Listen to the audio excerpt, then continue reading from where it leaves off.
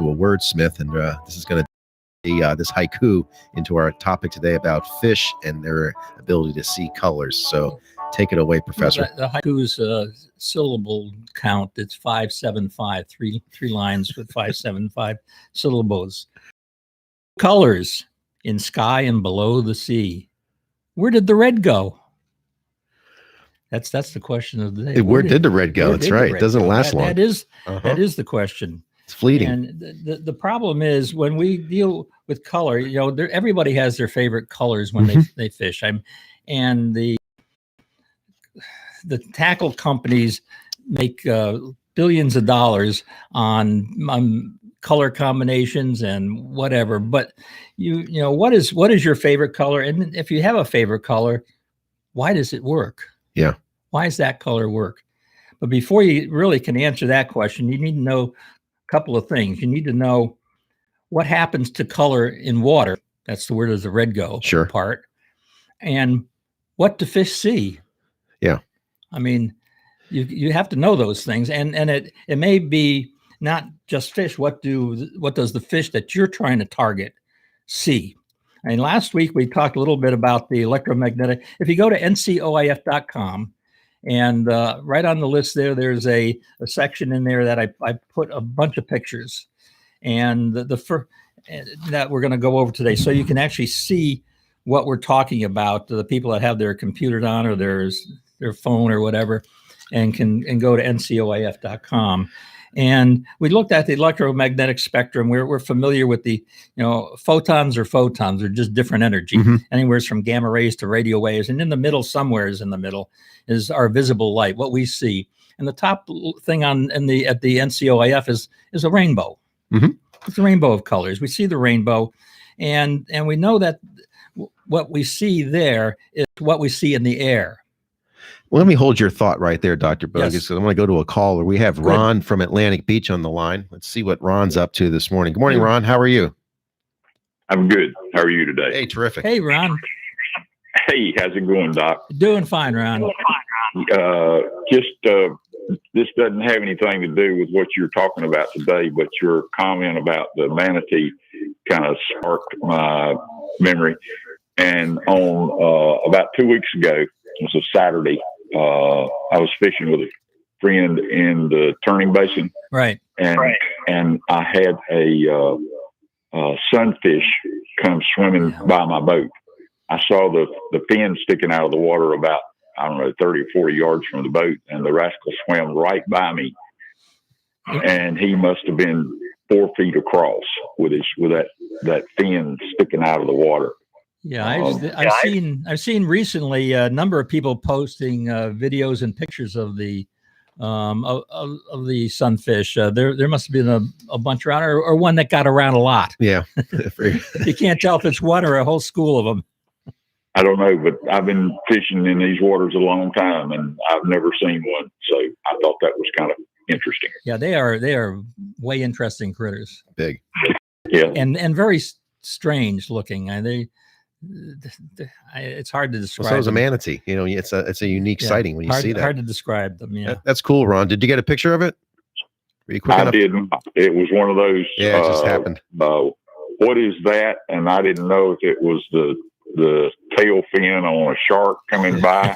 But the closer it got, the more I knew that this is not a shark fin at all. It's something else.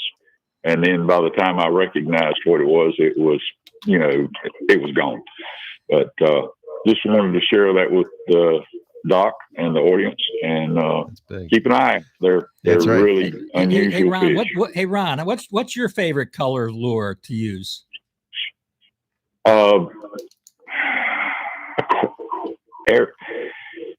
Probably white is probably my White's favorite color. Makes sense. White and black are two good colors, by the way. Mm-hmm. I use a lot of spec rigs, and a double white works really well. Yeah. And then I guess my second choice would be chartreuse. Yep. We've seen those. Two colors that hold up well in water. Thanks a lot, Ron. Thanks, Ron. Excellent. Thanks for the observation and comment. See you, buddy. Thank you. Yeah, what we're going to try to go to is what happens with light in water? Mhm. You know, at 10 foot, 60% of the light is filtered, is absorbed by 10 feet. Yes. But it's not every color the same. You get down to 10 feet, you only with about 6% of red, 50% of orange, 73% of yellow, 88% of green. Now you get down to 30 feet, where there is almost no red, 0.025% of red, 12% orange, 40% yellow, 69% green. And if you look at, there's a in the few images that we have there, there's a diagram that I have showing the depth that the different colors fade out in water.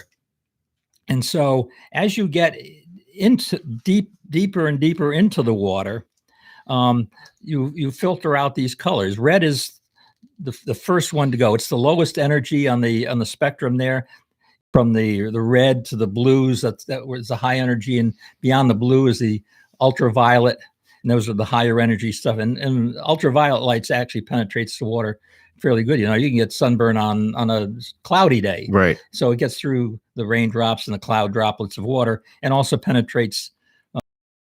So what happens to that white lure that Ron has as it sinks into the water? It will reflect whatever light's coming down there and will hold itself really well. Better. Okay, so he's smart to use that. Now his pretty chartreuse, which is kind of a red shade, he's going to lose that. Chartreuse is actually halfway between green and yellow.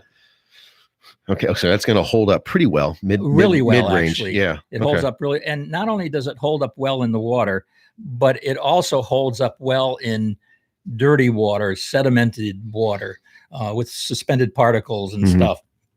And so that's the other reason why chartreuse is an important color, because in there. So he's smart to use that white lure and then the chartreuse in his box. Yeah, well, the old line is when you're fishing for stripers, if it ain't chartreuse, it ain't no use. That's good.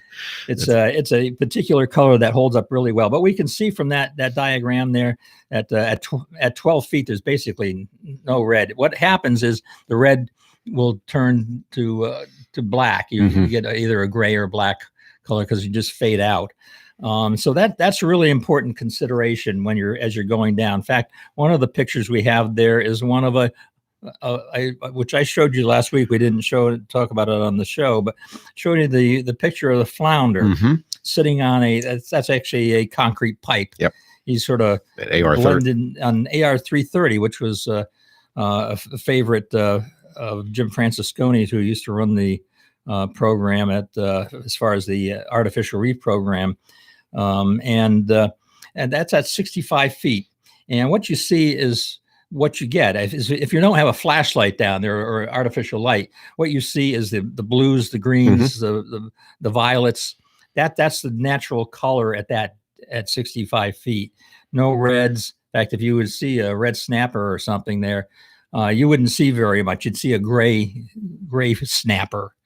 One of the things that we have to, I wanted to get to today, make sure we get to it, is what does that's what happens to color in the water, but what do the fish see? Yeah, what do they say? They did a study at Virginia Institute of Marine Science up in Virginia, of course, right? And they actually put electrodes on the retinas of fish. And stimulated them with colors and looked at the electrical response of the retina. And you can see a couple of curves there. I think I put two of them, the weak fish or the gray trout and the red drum, to see what stimulates. And if you see where the peaks are with the gray trout, the weak fish, the peak, if you see that, they almost don't see any red at all. You see it's very, very low there. And if you get to where the peak is, it's like around green and blue. Yeah. And it holds up, and in the dark, see the open circles are daylight and the closed circles are dark. And that even shifts even more to the darker colors, the violets and the blue. And in fact, it goes with the weak fish, the gray trout, it goes actually into the ultraviolet. They can actually get a stimulation with ultraviolet with UV lighting. And if you look at the red drum, they don't peak until you get into the blue and purple. That seems to be the sweet violet spot, area. that blue. And Yeah. they also see very little or no red. It's like a parabola. And so, Yeah. and they've done this with a whole bunch of fish. They did it. Luckily, one of the interesting things, they've done it with a lot of the fish in the drum family that we have here, the spots and the sea mullet. We have, so I have all the curves for a whole bunch of those sorts of fish.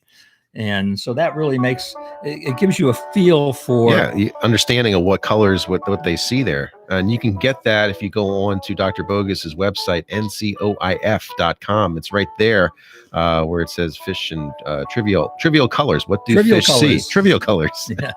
We're going to take a short break here and return with our final segment of Dr. Bogus's fishing report. Stay tuned for that.